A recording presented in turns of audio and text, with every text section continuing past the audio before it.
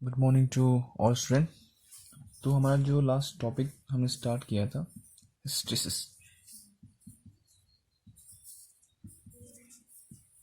ठीक है, हिस्टेरिसिस, ठीक है। तो मैंने आपको हिस्टेरिसिस बताया था क्या होता है कि जब हम किसी धातु को मैग्नेटाइज करते हैं, किसी पदार्थ को मैग्नेटाइज करते हैं, चुंबकित करते हैं, ठीक है, उसमें चुंबकित बल लगा के, ठीक है, एल लगाने पर जब हम एच जो मैग्नेटाइजिंग फोर्स होता है वो लगाने पर किसी वस्तु को मैग्नेटाइज करते हैं, ठीक है, तो उससे फिर मैग्नेटिक फील्ड प्रोड्यूस होता है, ठीक है। तो मैं आपको ग्राफ के थ्रू समझाया था, फिर से देख लो एक बार। तो हम क्या होगा, जैसे कोई पदार्थ है हम उसमें मैग्नेटाइजिंग फोर्स यहाँ ले लेते हैं और जो मैग्नेटिक फ्लक्स डेंसिटी है, जो फ्लक्स प्रोड्यूस होगा वो यहाँ ले लेते हैं। तो जैसे जैसे मैं मैग्नेटाइजिंग फोर्स बढ़ाते जाऊंगा वैसे वैसे आपका मैग्नेटिक फ्लक्स भी बढ़ते जाता है, ठीक है, और एक पॉइंट पर आके वो रुक जाता है, इसे सैचुरेशन पॉइंट कहते हैं। फिर आप इस मैग्नेटाइजिंग फोर्स को अगर हटाओगे तो ये ग्राफ ऐसा आता है धीरे धीरे, तो यहाँ पर, ठीक है, हमने पॉइंट समझ लिया कि इसको क्या कहते हैं, रेसिडुअल मैग्नेटिज्म कहते हैं, ठीक है। फिर इस मैग्नेटिज्म को हटाने के लिए हम फिर अपोजिट में फोर्स लगाते हैं दूसरी साइड, तो ऐसे करके कि आपको कर्व मिलता है, ठीक है, इसे कहते हैं हिस्टेरिसिस कर्व, ठीक है। तो अलग अलग मटेरियल होते हैं, जैसे कोई मटेरियल, आप ग्राफ अलग अलग होते हैं इस टाइप से, कोई नैरो होता है और कोई थोड़ा सा वाइड होगा, ठीक है, और कोई एकदम नैरो टाइप का होगा। अब ये देखो, अगर कोई मटेरियल इजीली मैग्नेटाइज हो जाता है, जैसे आपका आयरन आयरन ठीक है, जैसे आपका रॉट आयरन या फिर सिलिकॉन स्टील, ठीक है, सिलिकॉन स्टील हो गया या फिर रॉट आयरन हो गया, इनको अगर आप मैग्नेटाइज करोगे तो ये जल्दी से क्या हो जाते हैं, मैग्नेटाइज हो जाते हैं। तो इनका जब भी आप कर्व देखोगे ना, ये थोड़ा सा नैरो होता है, इस टाइप से नैरो, ठीक है। तो इनका जो रॉड स्टील, सिलिकॉन स्टील का ले लो, सिलिकॉन स्टील का और नैरो होता है, रॉट आयरन का थोड़ा से वाइड होता है, ठीक है। लेकिन अगर हार्ड स्टील की बात करते हैं, ठीक है, हार्ड स्टील को मैग्नेटाइज करना थोड़ा सा कठिन होता है, तो उसका अगर आप डायग्राम देखोगे तो थोड़ा सा वाइड होता है। चलो मैं अलग उसमें दिखा देता हूँ आपको समझने के लिए, ठीक है। देखो, अगर मैं सिलिकॉन स्टील की बात करता हूँ, ठीक है, सिलिकॉन स्टील की, तो उसका जो कर्व होगा ना वो ऐसा होगा, ठीक है। क्या है ये, सिलिकॉन स्टील का हिस्टेरिसिस कर्व, सिलिकॉन स्टील। फिर आता है आपका हार्ड स्टील, हार्ड स्टील आपका थोड़ा सा ये वाइड, इसका हम ग्राफ बनाएंगे, ठीक है। ये है आपका हार्ड स्टील, और फिर है आपका रॉट आयरन। रॉट आयरन आपका थोड़ा सा कहें अगर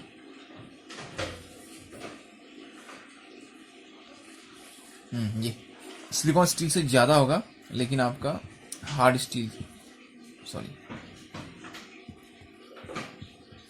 रॉट आयरन, ठीक है। तो देखो, सबसे नैरो किसका है, सिलिकॉन स्टील का, ठीक है। तो जो धातु जितनी आसानी से चुंबक बन जाएगा उसका उतना नैरो होगा। ये आसानी से चुंबक बन जाता है, मैग्नेटाइज हो जाता है, तो इसका जो ग्राफ होता है नैरो होता है। ये ग्राफ किस किस के बीच बनता है, आपका एच और बी के बीच। अगर आपसे एग्जाम में पूछता है प्रैक्टिकल वाला कि हिस्टेरिसिस होता क्या है, ठीक है, तो आपने बताना है कि किसी चीज को मैग्नेटाइज करने पर और उसको डीमैग्नेटाइज करने पर या फिर चुंबकित करने पर या विचुंबकित करने पर आपका बी का एच से पीछे रह जाना, ठीक है, मैग्नेटिक फ्लक्स, चुंबकीय या चुंबक तत्व घनत्व है, मैग्नेटिक फ्लक्स डेंसिटी, ठीक है, किसका पीछे रह जाना, मैग्नेटिक फ्लक्स डेंसिटी का आपका जो एच है, मैग्नेटाइजिंग फोर्स है, उससे पीछे रह जाना आपका क्या कहलाएगा, हिस्टेरिसिस कहलाता है, ठीक है। चुंबकीय फ्लक्स घनत्व, बी क्या हुआ, चुंबकीय फ्लक्स घनत्व का मैग्नेटाइजिंग फोर्स से पीछे रह जाना, ठीक है, क्या कहलाएगा, आपका हिस्टेरिसिस कहलाएगा। ये मैंने आपको कल बताया था, ठीक है। तो अब जैसे एक ग्राफ आपको समझ में आ गया, ठीक है, तो ये याद रखना है कि नैरो किसका होगा। कभी एग्जाम पूछ लेता है कि नैरो कर्व किसका होता है, तो जो वस्तु जितनी आसानी से मैग्नेटाइज हो जाता है, जिसको मैग्नेटाइज करने में कम टाइम लगता है, उसका जो कर्व होता है, फिर ग्राफ होता है, वो क्या होता है, नैरो होता है, पतला होता है। और वाइड ग्राफ किसका होता है, जिसको ज्यादा मेहनत लगती है मैग्नेटाइज करने में, मतलब ज्यादा बल लगता है, ठीक है। तो अब बात आती है कि हम किससे परमानेंट मैग्नेट बनाएंगे और किससे आप अपना टेम्पोररी मैग्नेट बनाएंगे। ठीक है, ठीक है। तो जो आप स्टील यूज करेंगे, स्टील से आप बनेगा आपका टेम्पोररी मैग्नेट और आयरन से बनेगा आपका परमानेंट मैग्नेट। ठीक है, तो स्टील का जो कर्व होगा ना, अगर स्टील की कर्व की बात करें तो उसका जो रेसिडुअल मैग्नेटिज्म है वो ज्यादा होगा किसकी अपेक्षा, सॉरी आयरन का। चलो फिर से देख लेते हैं इसको।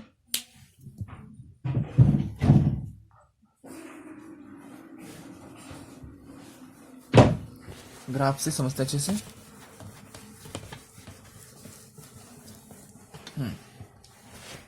देखिए स्टील और आपका आयरन दोनों का ग्राफ से समझना आपने, तो इसका जो कर्व होगा ना वो अगर ऐसा बनाता हूं मैं, तो आयरन का ज्यादा होगा, ये जो लाइन है ना इस रेसिडुअल मैग्नेटिज्म ये ज्यादा होगा। ठीक है, समझ में आया आपको? ये जो रेसिडुअल मैग्नेटिज्म है ये किसका ज्यादा होगा, आपका आयरन का ज्यादा होगा। ठीक है, तभी इसे हम परमानेंट मैग्नेट बनाते हैं। ठीक, स्टील का क्या होगा, कम होगा, जो रेसिडुअल मैग्नेटिज्म होता है वो कम होता है, तो इसलिए इसको हम टेम्पोररी मैग्नेट बनाने के काम आते हैं, ताकि जैसे ही आप उसमें से विद्युत सप्लाई प्रोवाइड करेंगे तो चुंबक बनेगा, और जैसे ही उसको हटा देंगे तो वो इससे और नैरो होगा। ठीक है, इतना भी नहीं होगा, इतना बहुत कम। ठीक है, हल्का सा। तो जैसे आप उसमें से विद्युत की सप्लाई को काट दोगे या फिर उसमें मैग्नेटाइजिंग फोर्स हटा दोगे तो वो विचुंबकित हो जाएगा, तो उसको यूज करते हैं टेम्पोररी मैग्नेट बनाने के लिए।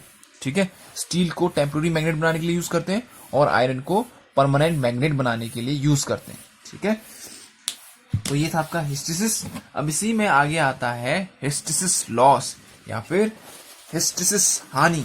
ठीक है, तो देखो किसी को आपने चुंबक बनाया, फिर उसमें जो रेसिडुअल मैग्नेटिज्म है उसको हटाने के लिए आपको फिर से उसमें विद्युत सप्लाई देनी पड़ेगी, तो वही विद्युत सप्लाई का जो व्यय है, एक्स्ट्रा आपको विद्युत सप्लाई देनी पड़ी है ना, वो हटाने के लिए जो बचा हुआ रेसिडुअल मैग्नेटिज्म है उसको हटाने के लिए आपको एक्स्ट्रा से उसमें सप्लाई देनी पड़ रही है, मतलब आपको एक्स्ट्रा विद्युत ऊर्जा देनी पड़ रही है उसमें, तो उसी को क्या कहते हैं, हिस्टेरिसिस लॉस कहते हैं।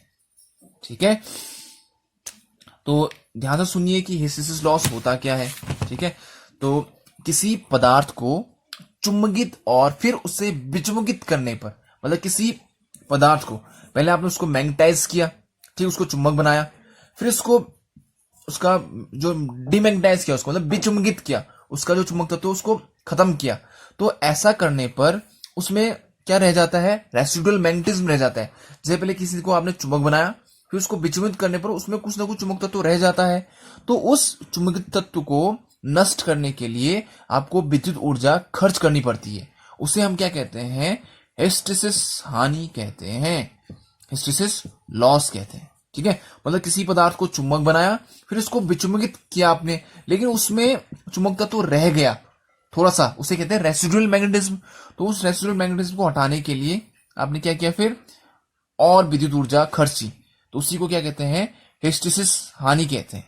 ठीक है, इस हिस्टेरिसिस लॉस के कारण, ठीक है, जो ये हिस्टेरिसिस लॉस है उसके कारण आपका ऊष्मीय जो है, ये जो हिस्टेरिसिस लॉस है ना, जो ये हानि है, जो आपका विद्युत ऊर्जा है वो ऊष्मीय ऊर्जा में परिवर्तित हो जाता है। ठीक है, इस मतलब इस लॉस के कारण आपका जो पदार्थ है वो क्या होगा, गर्म हो जाएगा। ठीक है, क्योंकि जो आपका विद्युत ऊर्जा है वो हिस्टेरिसिस हानि के कारण ऊष्मीय ऊर्जा में परिवर्तित हो जाता है।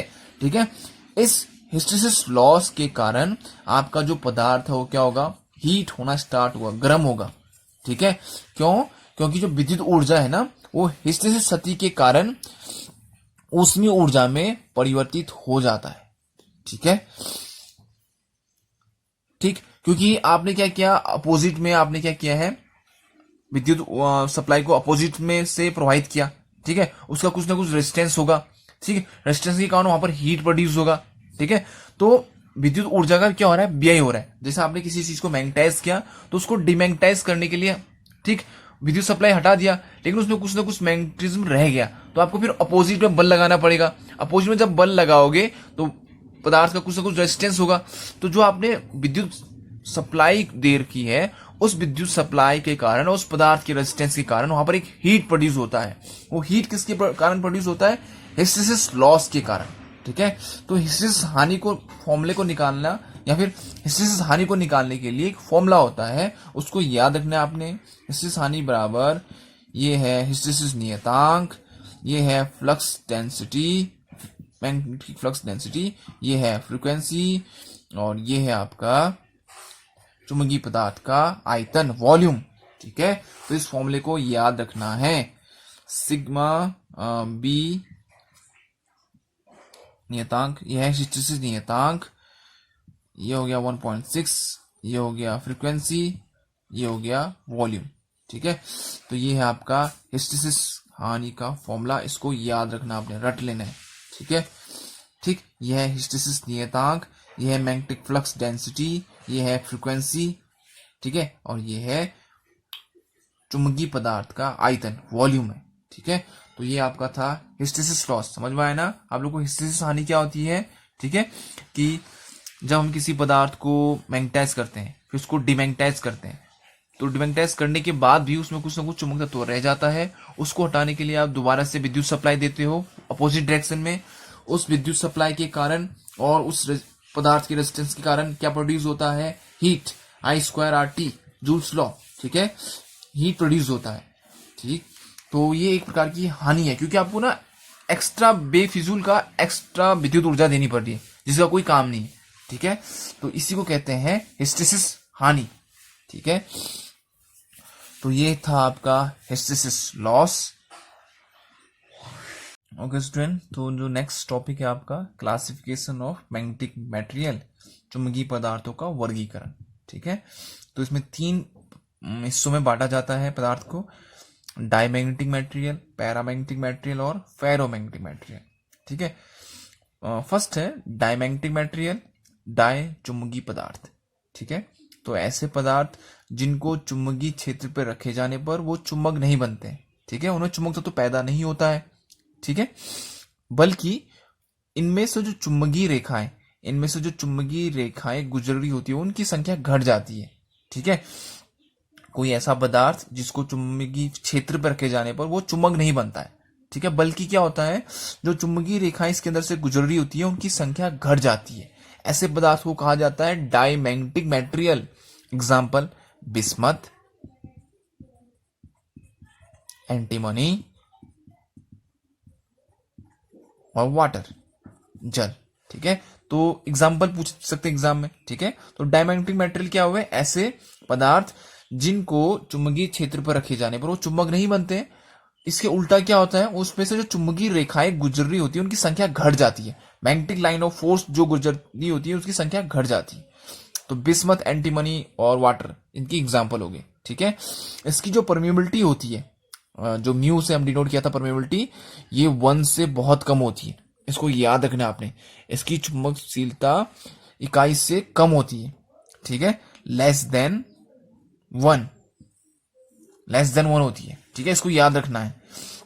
इका माइंस मतलब 1 से थोड़ा कम होती है। लेस देन यूनिटी इंग्लिश में कहेंगे, या फिर हिंदी में कहोगे तो इकाई मान से कुछ कम होता है। ठीक है, म्यू का मान लेस देन 1। ठीक हो गया। दूसरा आता है आपका, दूसरा जो पदार्थ है वो है आपका पैरामैग्नेटिक मटेरियल। Paramagnetic material.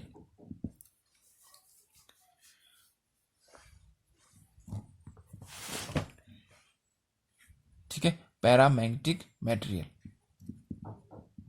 ठीक है, ऐसे पदार्थ जिनको चुंबकीय क्षेत्र पर रखे जाने पर वो चुंबक तो नहीं बनते, लेकिन उनमें से जो चुंबकीय रेखाएं, ठीक है, चुंबकीय बल रेखाएं की संख्या जो होती है उसमें बढ़ोतरी हो जाती है, वृद्धि हो जाती है। समझ रहे हो? देखो, ऐसे पदार्थ जिनको चुंबकीय क्षेत्र पर रखे जाने पर वो चुंबक तो नहीं बनते, लेकिन इनमें से जो चुंबकीय रेखाएं गुजर रही होती है इनकी संख्या में क्या हो जाती है? वृद्धि हो जाती है, इंक्रीज हो जाती है उनमें, उन नंबरों पे। जैसे पहले अगर 10 था तो फिर क्या होगा? 20 हो जाएगा। तो जो चुंबकीय बल रेखाएं हैं उनकी संख्या में क्या हो जाती है? वृद्धि हो जाती है। किसमें? पैरामैग्नेटिक मटेरियल में। तो एग्जाम्पल क्या हो गया फिर? कॉपर, एल्यूमिनियम, प्लेटिनम, सिल्वर और एयर, वायु। ठीक है। तो ऐसे पदार्थ जिनको चुंबकीय क्षेत्र पे रखे जाने पर चुंबक तो नहीं बनते, लेकिन चुंबकीय जो बल रेखा है उसमें से गुजर रही थी उनकी संख्याओं में वृद्धि हो जाती है। ऐसे पदार्थ क्या कहलाते हैं? Para magnetic material. ठीक है। इन पदार्थों की जो चुंबकशीलता होती है वो इकाई मान से कुछ ज्यादा होती है। Mu is greater than 1। ये याद रखना, ये बहुत पूछता है कि परमिबिलिटी लेस देन 1 किसका होता है, कौन से पदार्थ का होता है, परमिबिलिटी ग्रेटर देन 1 किसका होता है। ठीक है, तो इनको आपने याद रखना है। समझ में आया कि डायमैग्नेटिक क्या होता है, पैरामैग्नेटिक क्या होता है, और आपका लास्ट है फेरोमैग्नेटिक क्या होता है। फेरोमैग्नेटिक सुनिए अब, देखो ऐसे पदार्थ जिनको चुंबकीय क्षेत्र पर रखे जाने पर वो चुंबक बन जाते हैं। ठीक है, ऐसे पदार्थ जिनको शक्तिशाली चुंबकीय क्षेत्र पर रखे जाने पर या फिर चुंबकीय क्षेत्र पर रखे जाने पर वो क्या बन जाते हैं? चुंबक बन जाते हैं। ऐसे पदार्थ क्या कहला जाते हैं? Ferromagnetic material. Ferromagnetic material. ठीक है, तो इसका एग्जाम्पल क्या हो गया? Iron, nickel. ठीक है, आयरन हो गया, निकेल हो गया और कोबाल्ट हो गया। ठीक है, या फिर इनसे जो मिश्र धातुएं बनती है, ठीक है, इनका जो एलॉय होंगे, इन पदार्थों का जो एलॉय होगा वो भी फेरोमैग्नेटिक मटेरियल में आता है। और इसकी जो परमिबिलिटी होती है बहुत ज्यादा होती है 1 से, ठीक है, 1000 तक। कहां तक? 1000 तक। ठीक है, 1000 तक इसकी परमिबिलिटी होती है। ठीक, परमिबिलिटी मैंने आपको बताया था क्या होता है। ठीक है, तो तीनों मटेरियल डाई, पैरा और फेरो, इनके बारे में आपको पता होना चाहिए। तो ये क्वेश्चन आपको मैंने जो बोला ना, ये बहुत इंपॉर्टेंट, इसको याद रखना आपने। परमिबिलिटी किसकी कितनी होती है? ठीक है, ये और ये आपने याद रखने। ये क्वेश्चन आपको छोटे छोटे पॉइंट आपको पूछेंगे। फिर से रिपीट कर लो।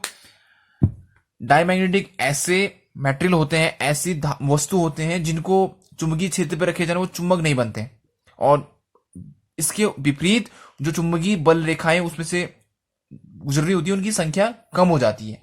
फिर आता है पैरामैग्नेटिक। पैरामैग्नेटिक ऐसे पदार्थ होते हैं, ऐसी वस्तु होती हैं, ठीक है, जिनमें चुंबकीय क्षेत्र पर रखे जाने पर वो चुंबक तो नहीं बनते, लेकिन जो चुंबकीय बल रेखाएं होती हैं उनकी संख्याओं में वृद्धि होती है। ठीक है, फिर आता है आपका फेरोमैग्नेटिक मटेरियल। ऐसे पदार्थ जिनको चुंबकीय क्षेत्र पर रखे जाने पर वो क्या बन जाते हैं? चुंबक बन जाते हैं। ठीक है, तो ये आपका क्या हो गया? चुंबकीय पदार्थों का वर्गीकरण। Okay student.